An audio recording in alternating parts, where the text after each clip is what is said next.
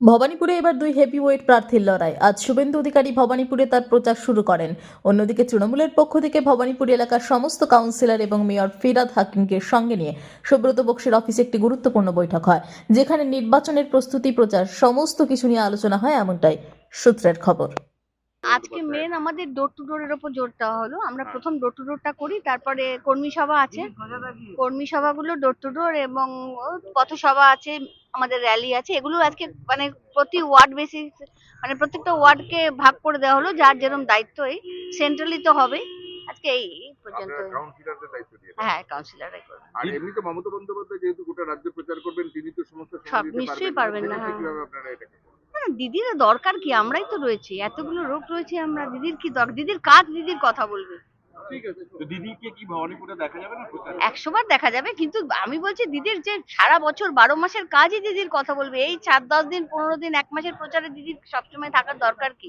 দেখুন, দিদি যেটা কাজ করেছে, উন্নয়ন ঘরে ঘরে, ঘরের মেয়ে ভবানীপুরে, আমরা সেই কাজের নিরিখেই চলবো। বিরোধী কে আমরা দেখিনি, আগেও দেখিনি, এখনো দেখবো না। কে বিরোধী, কে এলো তাকেও আমরা সম্মান জানাই, আর যে দাঁড়ায়নি তাকেও সম্মান জানাই। সিপিএম, কংগ্রেস, বিজেপি সবার দাঁড়াবার অধিকার আছে। আমার ভবানীপুরে কোনো অশান্তি হয় না, আর সবাই স্বাধীনভাবে নিশ্চয়ই ভালোভাবে প্রচার করুন। দেখে নিক ভবানীপুরের মানুষ কাকে চায়। উন্নয়ন ঘরে ঘরে, ঘরের মেয়ে ভবানী। বাদ গেলেও আগের বারের থেকে মার্জিন বাড়বে। কত কত হবে? 54, 56, 62 মিনিমাম। দলের যারা আমাদের প্রতিনিধি, আমরা একসাথে বসেছিলাম, আমাদের সভাপতি বক্সিদা ডেকেছিলেন, ওখানে বসেছিলাম। নিশ্চিত ভাই, রাজনৈতিক মানুষরা যখন এক জায়গায় এসছি, কিছু ধরে স্ট্র্যাটেজি করব, কিন্তু সেটা প্রেসে বললে তো স্ট্র্যাটেজি আর স্ট্র্যাটেজি থাকে না, সেটা পাবলিক হয়ে যায়। কিন্তু শুভেন্দু অধিকারী আজকেই প্রচার করছেন, তিনি বলছেন এখানে 25,000 ভোটে জিতবেন। আমি আগেও বললাম, আবার রিপিট করছি, পাগলে কিনা বলে ছাগলে কিনা খায়, তাই বলে ছাগল হওয়া কি মানুষের শোভা পায়?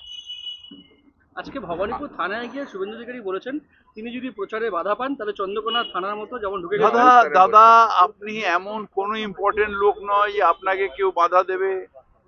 আপনি বাঘ নয়, হাতি নয়, কেউ নন, আপনাকে কেউ বাধা দেবে না। গণতন্ত্র নিয়ে এসছে বাংলায় মুখ্যমন্ত্রী মমতা বন্দ্যোপাধ্যায়, এবং গণতান্ত্রিক উপায়ে যে যে দল যে যে জায়গায় আছেন তারা থাকুন, তারা নিজেদের কাজ করুন, আমরা আমাদের কাজ করব। মানুষ শেষ কথা বলবে, সবার উপরে মানুষ সত্য, তাহার উপরে নাই।